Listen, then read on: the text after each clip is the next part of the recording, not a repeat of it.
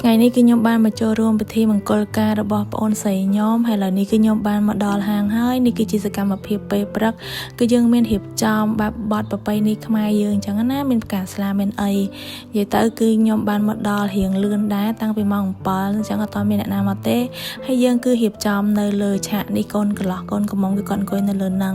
ឥឡូវនេះគឺកំពុងតែដើរមើលគេមើលឯងសិនអញ្ចឹងណាបងប្អូនទាំងអស់គ្នា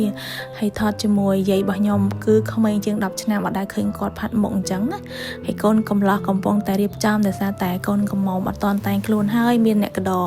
ទាំងពីរអ្នកសកកើទាំងពីរអ្នក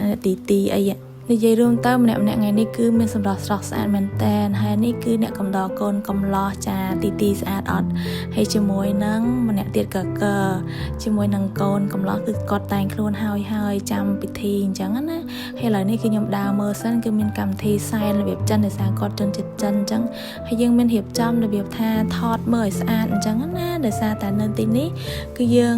ធ្វើតាមបែបបទខ្មែរយើងដែរតែរបៀបរៀងកាត់អញ្ចឹងទៅជាមួយនឹងញាតិបាត់អីគឺបានមកដល់ហើយពិធីក៏ចាប់ផ្ដើមចាឥឡូវនេះគឺដល់ពេលដឹកដៃកូនកំឡោះកូនកំមុំឡើងទៅលើវេទិកាហើយដើម្បីប្រារព្ធពិធីមង្គលការមួយនេះនៅប្រទេសអាមេរិកនេះភាគច្រើនគឺយើងធ្វើពិធីមង្គលការតែពេលល្ងាចទេគឺមានភាគតិចដែលយើងធ្វើទាំងមូលអញ្ចឹងណាតែក៏នៅតែមានកូនខ្មែរយើងនៅធ្វើច្រើនដែរសម្រាប់បងអូនស្រីខ្ញុំវិញនេះគឺគាត់ចង់តែងខ្លួនរបៀបខ្មែរយើងតែម្ដងឥឡូវនេះគឺដល់ពេលដែលជូនផ្កាស្លាពុកម្ដាយអញ្ចឹងហើយក៏មានការថតរូបលេង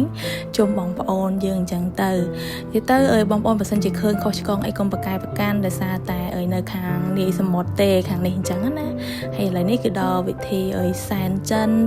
ហើយបន្តមកមានកម្មវិធីជូនទឹកតែហើយឥឡូវ finally អ្នកបងស្រីខ្ញុំនេះថាម៉ោង 7 ម៉ោង 11 បានមកដល់ហើយជាមួយនឹងកម្មវិធីផ្សេងបន្តទៀតអញ្ចឹងណាគឺខ្ញុំថតវីដេអូជាលក្ខណៈកាត់ជូនបងប្អូនទាំងអស់មើលទេហើយឥឡូវគឺដល់វគ្គញ៉ាំតែម្ដងរបៀបថាប្រឡំឡើងអញ្ចឹងគឺយើងមានម្ហូបការដែរអញ្ចឹងណាសម្រាប់បងប្អូនដែលបានចូលរួមពិធីនេះហើយឥឡូវនេះគឺដល់ពេលល្ងាចហើយនិយាយទៅពេលវេលាគឺលឿនមែនតែនហើយបន្ទាប់មកគឺឃើញកូនកំមុំជាមួយយាយហើយអ្នកកំដរស្អាតមែនតែននៅទីនេះហើយជាមួយនឹងបងអូនស្រីខ្ញុំហើយខ្ញុំគឺបានមកដល់ហើយចានិយាយទៅកម្មវិធីនេះគឺខ្ញុំបានជួបរបៀបថាមិត្តភ័ក្តិឆ្ងាយធ្លាប់ធ្វើការជាមួយគ្នាអីចឹងពីមុនមកនឹងរៀងច្រើនមែនតែនអញ្ចឹងណាបានសួរសុខទុក្ខខ្លះសូមបងប្អូនកុំប្រកែកប្រកាន់អីចឹងទៅហើយម្នាក់គឺមានសម្រស់ស្រស់ស្អាតមែនតែនធម្មតាមកការគេហើយខ្ជូតស្អាតមែនតែនហើយកកើនេះគាត់បាន invite ទេរបៀបថាគាត់ដឹងអញ្ចឹងមិត្តភក្តិកូនកន្លោះគាត់ក៏មក last minute អញ្ចឹងណាឥឡូវនេះកម្មវិធីយប់ឡើងក៏បានចាប់ផ្ដើមហើយគឺអញ្ជើញមេដាឡើងទៅលើវេទិកាដើម្បីអបអរសាទរទៅដល់កូនកំមុំកូនកន្លោះ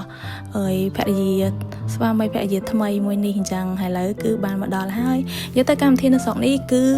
តតែកម្មវិធីកូនកន្លោះកូនកំមុំចប់ហើយអស់អញ្ចឹងបានយើងញ៉ាំអាហារទាំងអស់គ្នាតែម្ដងឥឡូវនេះគឺយើងបដោតទៅលើកូនកន្លោះកូនកំមុំកម្មវិធីទាំងមូលសិនមានហមមានអីអញ្ចឹងណាបងប្អូនញាតិមិត្តមកពីឆ្ងាយអញ្ចឹងជូនពរអញ្ចឹងទៅPeople bring you a million blessings Some people teach you a millionឥឡូវនេះគឺដល់វគ្គយើងញ៉ាំអាហារហើយនេះគឺមានកដោរបៀបថារបៀបចិនអញ្ចឹងហើយបងអូនស្រីគឺគាត់បានមកដល់ដែរហើយបន្ទាប់មកក៏យើងមានការលក្ខណៈហមវាប្រពៃណីខ្មែរយើងចុងក្រោយអញ្ចឹងទៅកម្មវិធីថ្ងៃនេះគឺមានតែប៉ុណ្្នឹងទេបងប្អូនអរគ្នាអញ្ចឹងអរគុណបងប្អូនអរគ្នាដែលបានមើលវីដេអូហ្នឹងពីដើមដល់ចប់អរគុណ